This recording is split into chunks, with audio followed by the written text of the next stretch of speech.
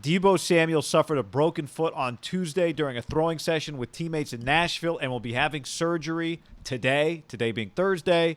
I'm told it's a Jones fracture, and he should be able to be on the field early in the season. Rap Sheet would go on to say in his hit on NFL Network that it's a 12 to 16 week recovery for Deebo. So 12 to 16 weeks. Someone tweeted at me, I seriously wonder what causes these type foot fractures in wide receivers. Julio, Dez, Trent Taylor are examples of guys that have had them. So the Trent Taylor one obviously happened pretty recently. Not ideal. Man, it is season. When I think Julio, I'd have to go back exactly when that happened. It feels like he's just a mutant and always comes back way faster. Dez, I don't exactly even remember when the Dez one happened. But first glance, first reaction is not good, not ideal, right? Especially given everything that's going on, the training.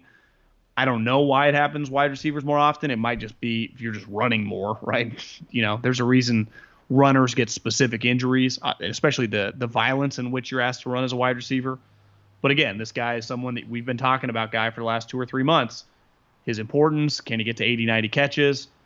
Now he's got a foot fracture and a Jones. Like, it'd be one thing. I'd rather have just like, he broke his arm. Yeah. He ran into somebody and he broke his leg. I'd be like, okay, no big deal. Jones fracture? I always get weirded out being a non-doctor with names. It's just specific names for specific injuries like Tommy John's, Jones fractures.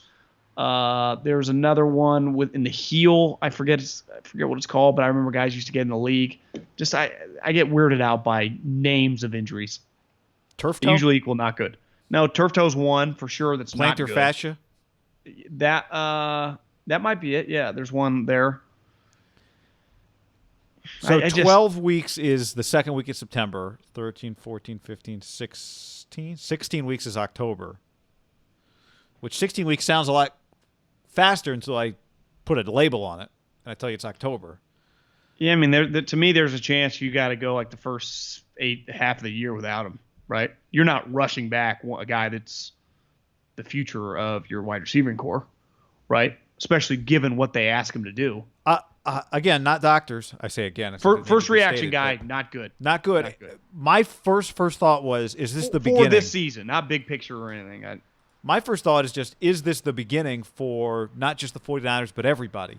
There have been the year after the lockout, Achilles injuries were much higher in the first 4 weeks than they typically are. Now, it is the reasoning for an Achilles injury the same as a reasoning for a Jones fracture? I don't know. I do wonder if with receivers there was just such a repetition of hard plant, accelerate, stop, hard plant, accelerate, stop, run, hard plant, accelerate, stop. If you're just more susceptible to, I would think a receiver is more susceptible to something like this than a quarterback would be, right? Maybe he's been working his ass off. I don't know. So, I think back to Antonio Brown having some foot issues. Now, there was a lot going on there, but part of it was he just worked his ass off. And then he froze his feet. The burn feet? He burned his feet. But remember, you're saying, yeah. He couldn't rest them. So, again, did he just step? Was there a one step and something happened? Or was it something that if they had looked at it 3 weeks ago, they would have said, oh, there's something here, you should probably rest. But on the most basic level, it is a reminder, right, that everything you plan for in football baseball too, any sport, can just disappear in a second. Now that happens more frequently in football, though. Do you feel better about the fact that they drafted a receiver now in the first round? Yes. Do you feel number 85 just got a little more leverage? Yeah. A holdout would be much more detrimental. No Deebo, no Kittle? Like, that's not ideal. It shows you. Like, that's the NFL, man. Basketball, there aren't moving parts. Once you get your 2 or 3 stars, like, you got your core. Like, you just add pieces, sign, whatever. Baseball, you're holding on for dear life with injuries to your pitchers, right? But for the most part, if your pitchers can stay healthy and you got a good team, you're going to be good. In football, it's like, God, we're stacked. 2 ACLs and a shattered labrum and a broken fucking foot. You're like, oh, my God, we're screwed, right? It just changes so quickly because you can have a stretch in a training camp where you lose 2 of your best 5 players.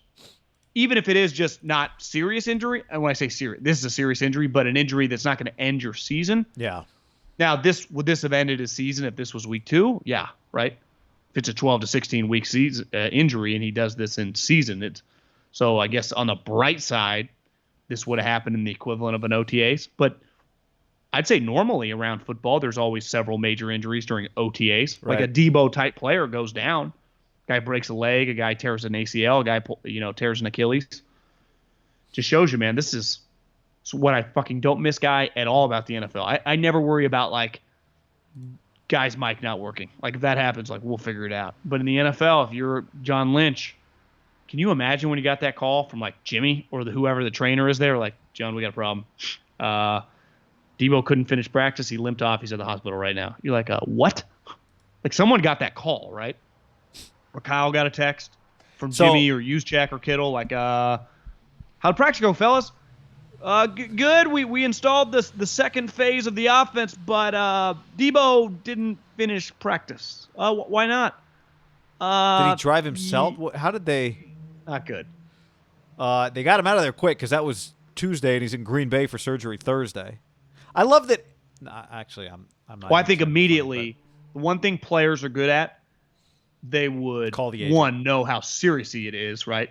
Jimmy needs this guy. Immediately get in touch with your trainer / Kyle and get like. You call your agent, but you don't call your agent first, or whoever, but. You need to get it figured out fast, right? The players don't sulk that long just because they've become numb, right? How many injuries has Jimmy Garoppolo seen in his 8-year career, 7-year career, right? Does a guy go down on the field? Happens all the time, yeah. Which is sad, but I mean it's just a reality of what he's dealing with. Yeah. It sucks though to me if you're John Lynch, you're like at home, maybe just like having some beers in the backyard, barbecuing some burgers. All of a sudden you look down at your phone. You're like, call me. What's the first thing you're thinking? Like, oh, my God. Or you're thinking arrest, and then you get injury. Sucks. Brandon Brooks, the Eagle Star guard, tore his Achilles. Like, that's just – it might happen anyway. It feels a little bit more like, ugh.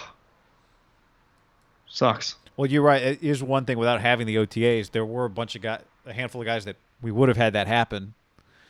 And we did the podcast. This news came after the podcast. We did this segment, put it back in the podcast. In the podcast, later, we talk about how much we love these workouts.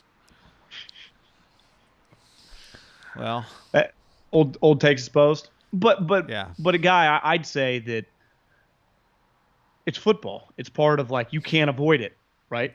That's right. Jeremy Maclin. At some point, you got to Michael step on the Crabtree. field. I can name countless wide receivers that have torn Achilles in OTAs, just doing get-offs, stop and starts.